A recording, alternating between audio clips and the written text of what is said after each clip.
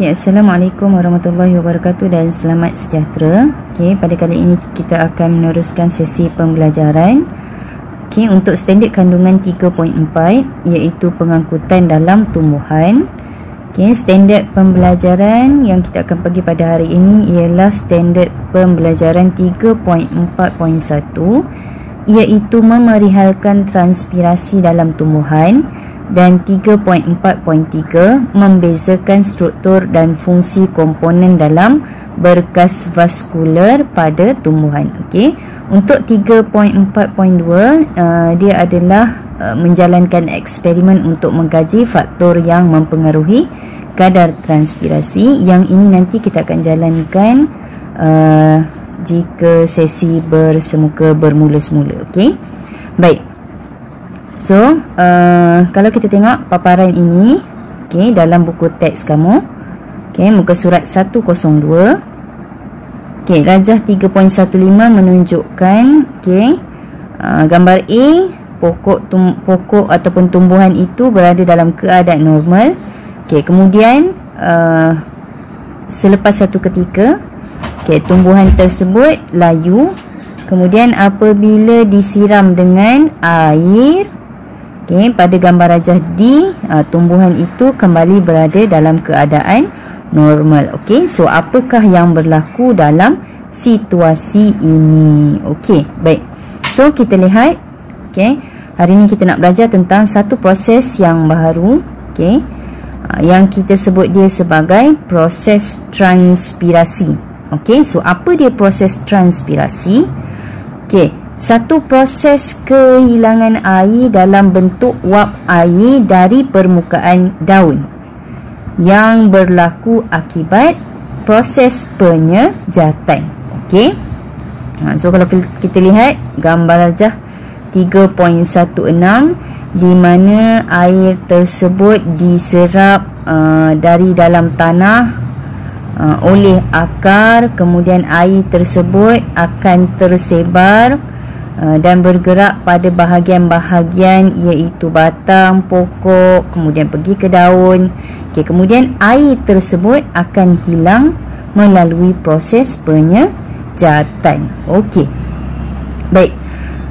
Kalau kita lihat kat sini, bahagian daun, okey, dia adalah bahagian yang menjadi tempat berlakunya kehilangan air yang banyak. Okey. So, proses transpirasi ni banyak berlaku di permukaan daun. Okey, baik. Kita lihat seterusnya. Okey, permukaan daun itu sendiri. Okey. So, keratan rentas daun terdiri daripada epidermis atas dan epidermis bawah. Okey. Kemudian epidermis ini merembeskan kutikel berlilin. Okey, mana kutikel berlilin? Bahagian atas ni. Bahagian pada permukaan daun tu. Kalau kita lihat bahagian permukaan daun bahagian atas tu berkilat kan? Okey. So, bahagian tersebut namanya kutikel berlilin yang dihasilkan ataupun yang dirembeskan oleh sel epidermis. Okey.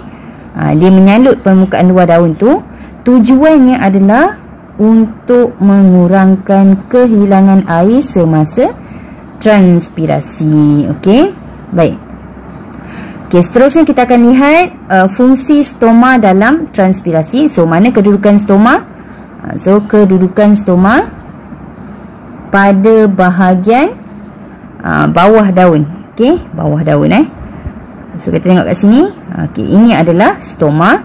So, kalau kita zoom dekat, okey, macam mana bentuk stoma tu?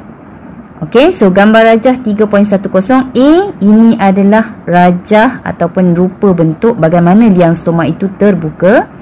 Okey, gambar rajah B itu di mana liang stoma tertutup. Okey. So, liang stoma ni fungsinya antara fungsinya adalah untuk mengurangkan kehilangan air dalam proses transpirasi. Okey. So, apa yang berlaku semasa proses fotosintesis? Okey, so fotosintesis berlaku pada waktu siang apabila adanya cahaya matahari. Okey, so apa yang berlaku? Liang stoma ni biasanya akan terbuka. Okey, biasanya akan terbuka. Okey, kemudian dia akan serap keperluan-keperluan yang diperlukan oleh tumbuhan itu untuk menjalankan proses fotosintesis. Okey, pada laluan yang sama ataupun pada liang stoma, bukaan stoma itu air juga turut hilang, okey, disebabkan oleh ataupun hasil daripada proses fotosintesis, dan dia hilang melalui proses transpirasi.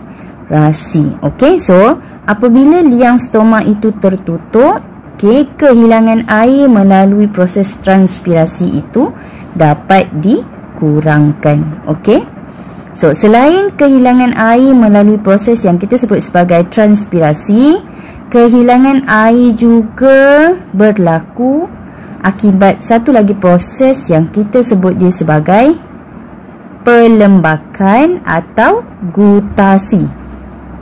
Okey, so apa dia pelembakan ataupun gutasi ni? Okey, kehilangan air daripada tumbuhan dalam bentuk cecair melalui hidatot yang sentiasa terbuka pada pinggir daun. Okey, so biasanya kalau transpirasi berlaku pada waktu siang, pelembakan ataupun gutasi ini berlaku pada waktu malam, okey, ataupun ketika kelembapan udara sangat tinggi.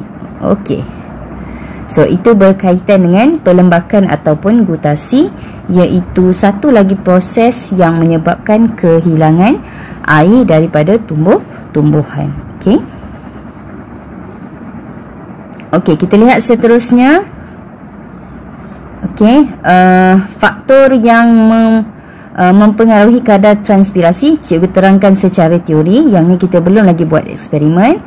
Okey, so faktor yang mempengaruhi kadar transpirasi ada 4. Okey, yang pertama suhu. Okey, yang kedua keamatan cahaya, yang ketiga pergerakan udara, dan yang keempat kelembapan udara. Okey, so nanti kita akan bincang lagi secara lebih mendalam bila kita dah jalankan eksperimen. Okey, right, seterusnya kita akan pergi kepada standard pembelajaran yang ketiga, membezakan struktur dan fungsi komponen dalam berkas vaskular pada tumbuhan. Okey, baik, kita lihat dulu. Okey, struktur yang ada pada sistem pengangkutan tumbuhan. Okey, kita ada berkas vaskular pada keratan batang dan berkas vaskular pada keratan rentas akar. Okey, okey, so kedua-duanya ada xylem dan phloem. Okey, keratan rentas batang dan keratan rentas akar. Okey, so kalau kita lihat, okey, untuk keratan rentas akar, air dan garam mineral diserap. Okey, kemudian pada daun, okey, sukrosa diserap melalui batang dia tadi, kemudian pergi ke bahagian lain pada tumbuhan. Okey, so apa dia fungsi xylem? Okey, xylem berfungsi mengangkut air dan garam mineral terlarut dari akar ke daun melalui batang bagi menjalankan fotosintesis untuk menggantikan kehilangan air semasa transpirasi. Okey, manakala phloem fungsinya mengangkut sukrosa yang terhasil dalam daun semasa fotosintesis ke bahagian lain tumbuhan. Okey, so itu perbezaan xylem dan phloem. Okey, so ingat, xylem dan phloem ini, xylem dia angkut air dan garam mineral supaya dia boleh jalankan proses fotosintesis. Kemudian selepas proses fotosintesis itu berlaku, tumbuhan menghasilkan apa kita kata, tumbuhan menghasilkan sukrosa, okey, dan sukrosa ini akan dihantarkan ke bahagian-bahagian yang lain untuk pembesaran tumbuhan tersebut. Okey. Okey, seterusnya. Seterusnya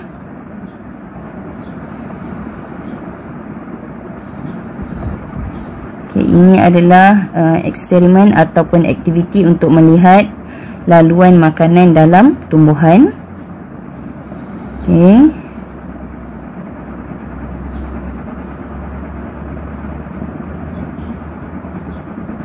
Okey, habis sampai sini untuk subtopik 3.4. Okey.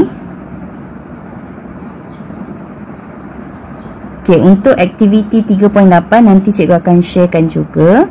Okey, satu eksperimen ringkas untuk melihat laluan air dalam tumbuhan dengan menggunakan kubis.